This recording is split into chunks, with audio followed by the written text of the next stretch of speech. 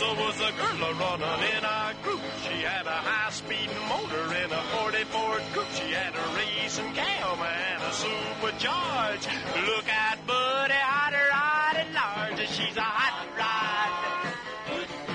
She's a hot rod. We've been talking about this and that for the car business. We went through the recalls real fast because there's not too many. The NHTSA is not. They're not fully functional right now. It's holiday season. If you work for the government, you don't have to work. Let's face it. Matter of fact, this would be a great time for the new guys to come in and start waving the symbol, the axe of death. Get rid of all these people. Unbelievable. We got some more news for you. It's going to be fun stuff. And, I think Santa's sleigh is running just fine. I think you're going to get all your presents come next week. We'll see. Have you been good? I personally have been very, very good. And I expect to see a lot of great presents coming out and pulling up in the parking lot out here. Like a hot rod and a dune buggy. And I told Sandy, do not hesitate to spoil me. No Cybertruck or flying car? Oh, I want a Cybertruck. I mean, yeah. I'm telling you, do not hesitate to spoil me. Because I really enjoy getting spoiled. Subaru tops the Consumer Reports 2025 brand rankings as the Detroit 3 struggle on reliability. This is something that comes out of automakers, I believe. Yes. And Consumer Reports is who generates the report. Subaru, for the second time in 4 years, led Consumer Reports' annual brand report card as domestic automakers struggled in a ranking that measures factors including vehicle performance, safety, and reliability. Now, okay, we don't rank very high in any of those. Jake Fisher, Consumer Reports Senior Director of Auto Testing. I don't know that guy. Never heard of him. In an interview said, automakers following a more long-term strategy that isn't reworked every few years tend to perform better. Well, I bet they do. The more you change, the more errors can crop up. That was that Fisher guy told the Automotive News. BMW, which chopped the brand report card in 2024 and 2023, missed out on being number one this year by 1 point. Oh, wow. Lexus, Porsche, Honda, Audi, Kia, Hyundai, Toyota, and Infiniti rounded out the top 10. I tried to tell you, we don't have a safe car. We don't have a good car. Chrysler jumped the most of any brands, raising 8 spots from 16th, which is the best among the Detroit 3, raising 2. It raised 8 points to 16, so it was at 24. Wow. Among the Detroit 3. Other domestic brands did worse compared with last year. Oh, my God. Buick fell 4 spots to 17th. Ford dropped 2 spots to 19th. Cadillac fell 7 spots to 21st. Wow. Lincoln fell 3 spots to 24th. Chevrolet dropped 3, 25th. My God. Are we not building a car in this country anymore that's worth a dog? Come on. There's got to be something else there. There's got to be. I don't know. There's got to be something else. In the IIHS study again, cooperative steering systems keep drivers engaged. And the cooperative steering is going to be very important to this. Researchers queried car owners who regularly use partial automation technology in Tesla, Ford, General Motors, Nissan, and Infiniti branded vehicles. I wouldn't use automotive. No, I wouldn't use it at all. Subtle differences in how driver assistance systems are designed might influence driving habits. And I understand that. That's the conclusion of the Insurance Institute for Highway Safety, IIHS. Researchers have drawn from a survey of 1,260 motorists whose cars contain partial automation technology. The researchers found systems that allowed shared control, where a driver can make minor adjustments without the system deactivating. Like when you step on the gas or step on the brake and the cruise control goes off, it doesn't do that. If you're just doing minor adjustments, encourages a higher percentage of humans to keep their hands on the wheel. Please do. This cooperative steering makes motorists more likely to stay engaged and take on an active role in driving, said Alexandra Mueller, senior IIHS researcher and author of the entire study. See, now as somebody who drives to Chicago every day, there's plenty of people I wish would keep their hands off the wheel. Yeah. And let the car do the work, because it would be a much less aggressive driver. Well, the car makes sense. The people driving it don't. You start cutting in and out of traffic on the Dan Ryan. What are you going to get, 100 feet? You're going to get an extra 100 feet before it just slams up on you? You're going to have to drive down Don't encourage them. They do that every morning. I know they do. It's terrible. It's absolutely pitiful. All right, what's new and what's missing? The 2025 Detroit Auto Show just over.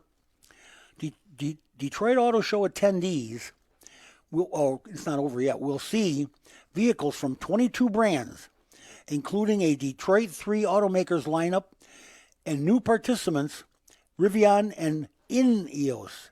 Ineos, I have not researched. Have you ever looked at them at all, Chuck? Ineos. I'd like to see what they look like. Okay, we'll look that up. And a new test track when the show returns to its winter shoots in January. There will be some missing elements of the 723,000 square foot Huntington's Place, that's formerly Coble Hall, show floor. Tesla won't have any vehicles at the January 10 to 20. That's a 10-day auto show. They weren't invited. Event, yeah. His invite got lost in the mail. And there will be less participation among major automotive suppliers. Well, a lot of them are hurting. They're going bankrupt because these guys can't sell any cars. They put all their eggs in one basket. Some of these off-the-wall suppliers are making parts just for electric cars, and they're not selling. Organizers said they anticipate new vehicle reveals and company announcements at the show, but declined to elaborate. Yeah. Okay. Well, you don't have Tesla there, so you're not going to get the newest of any news. Corporate-sponsored brands for the upcoming show include Alfa Romeo, Buick, Cadillac, Chevrolet, Chrysler, Dodge, Fiat, Ford, GMC, Jeep, Kia, Lincoln, Ram, Toyota, and Volkswagen. That's corporate-sponsored. Dealer-sponsored brands will be BMW, Honda, Hyundai, Ineos, Mazda, and Mercedes-Benz. Organizers will also announce in the coming days, a showcase of ultra-luxury and exotic vehicles curated from local dealerships. So they're going to bring in some really hot luxury cars, Chuck. So Ineos makes some nice off-road vehicles. vehicles. It looks like a Jeep. Yeah, it looks like a nice off-road kind of vehicle. I mean, did they get sued for copying the Jeep? Where's that made, Ineos? I'll have to look that up. Is that China? I think that's an American car. Oh, I don't know.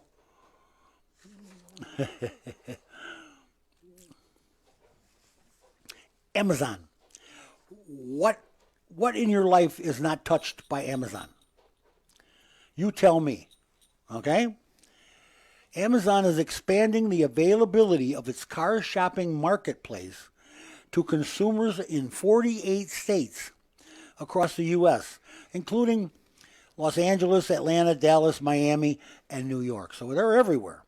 The platform, called Amazon Autos, will enable shoppers to browse, order, and finance and schedule pickup of the new Hyundai vehicle via the retail giant's familiar retail ecosystem. Wow. Hyundai is Amazon's launch partner, but it expects to add more brands as the program grows. They will. While the retailer is building from the platform, to facilitate now new vehicle sales. Amazon said dealers will remain on the forefront of each transaction. So it's good. You're going to look at Amazon, you're going to buy at Amazon, but the dealers are going to be all over it. They're going to have their hand right on it. The online experience will drive happy customers to their dealerships where they can build on that customer relationship from there in the vehicle ownership space.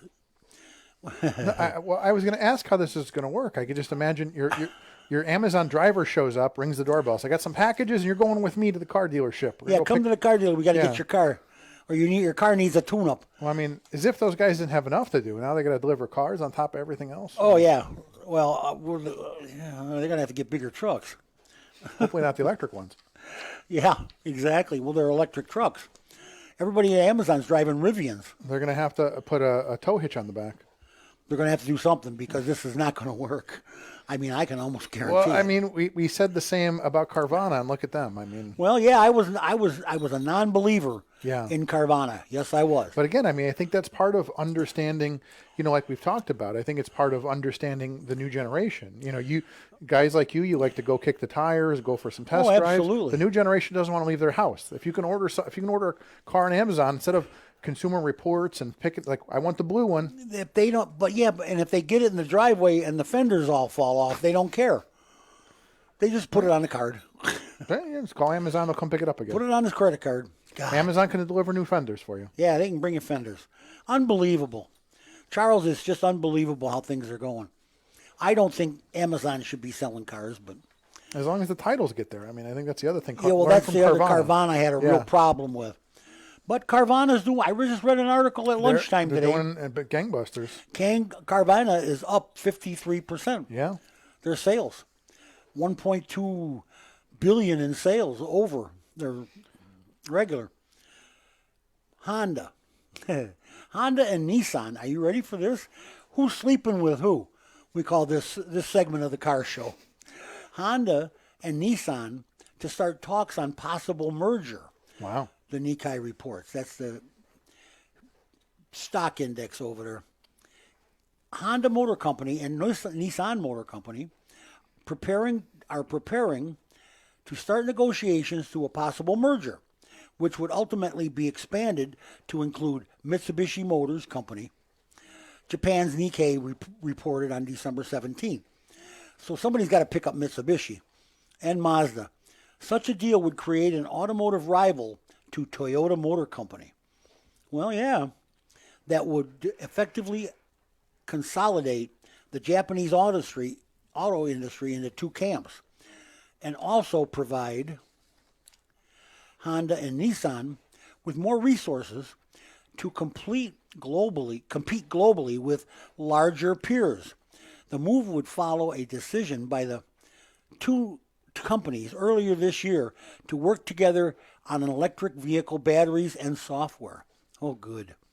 At that time, Honda Chief Executive Officer Toshihiro Mibe floated the possibility of a capital tie-up with Nissan. Well, hey, you know what? When Honda and Nissan stopped short of confirming Tuesday's report, both automakers issued statements that reiterated their previous pledges for further future cooperation. We will inform our stakeholders of any updates at an appropriate time, Honda said in its statement. Charles, I got to tell you, this has a little bit of a bother for me. Okay. That's like General Motors and Chevy. Well, okay. Or General Motors and Ford merging together to better sell you cars. But the question becomes, in this case, they're obviously, when they say global competitors, they're talking about China. They're talking about finding ways to compete with China on the global market when you've got $15,000 EVs out there. Oh, yeah. And so they're looking, I mean, again, they are a well-respected name. And then the question becomes, do we really, this almost, I would say, like history is cyclical. You go from, the Ford Model T, you can have it in any color you want as long as it's black. And then in your generation, we had all. That was Henry Ford. What did I say?